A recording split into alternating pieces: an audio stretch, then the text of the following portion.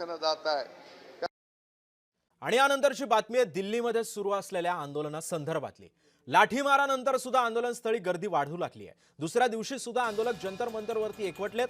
देशभरातून तरुणाईचा वाढता पाठिंबा मिळतोय। मंत्री धर्मेंद्र प्रधानांच्या राजीनाम्यावरती सीजेपी अजूनही ठाम आहे। आंदोलनस्थळी सोडणार नाही असली सुद्धा भूमिका या तरुणांनी घेतलेली आहे। सीजेपीच्या आंदोलनानंतर जागोजागी पोलीस तैनात करण्यात आले। जंतर मंतरसह संसद परिसराला सुद्धा छावणीचं स्वरूप आहे।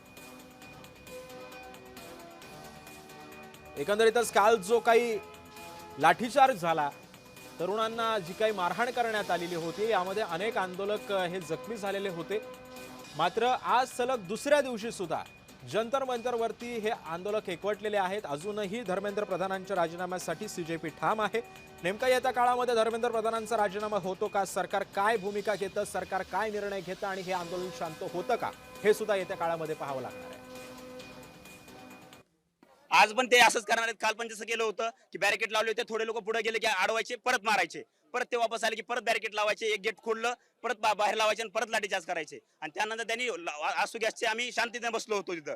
चंद्रशेखर आझाद ज्यावेळी आले होते त्यावेळी त्यांनी सांगितलं होतं की तुम्ही थांबा म्हणून, आणि आम्ही शांत रीतीने थांबलो होतो त्यांच्या शब्दावर। पण ह्यांनी त्याच्यावर सुद्धा आक्षेप घेतला आणि त्यांनी आसू गॅसचे गोळे फेकले आणि तिथून पूर्ण आंदोलन पूर्ण खराब करून टाकलं त्यांनी स्वतः। आमच्याकडे पण काही व्हिडिओ आहेत, आम्ही सेव्ह करून ठेवलेत। ते ह्यांनी स्वतः गाड्या फोडलेल्या आहेत, दगडफेक केली यांनी स्वतः पोलिसांनी। भारत देश स्वतंत्र पाणी का दिलं नाही?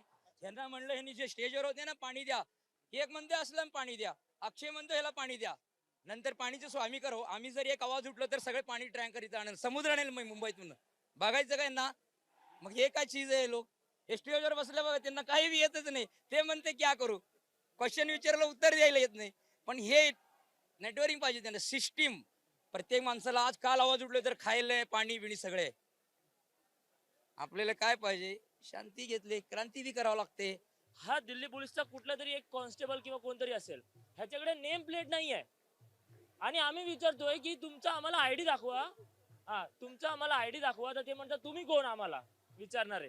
ठीक आहे, हे बघा दादा प्ले करा, एक व्हिडिओ आहे त्यांच्याकडे आणि त्यांचं असं म्हणणं आहे की नेम प्लेट नाही, डोक्यावर मारलंय आणि त्याच्या कानातून अक्षरशः रक्त येतंय। हे बघा, हा मी तुम्हाला सांगतो नक्की काय झालं। जशा प्रकारे हे बोलले की दगडफेक करण्यात आली, त्यानंतर दिल्ली पोलीस जे आहे ती दुसऱ्या साईडनी आम्हाला मारायला येत होती, ठीक आहे। आणि तेवढ्यात ही मुलगी तिच्या समोरच आली आणि त्या माणसानी जे आहे ते डायरेक्ट तिच्या डोक्यावरच लाठी मारली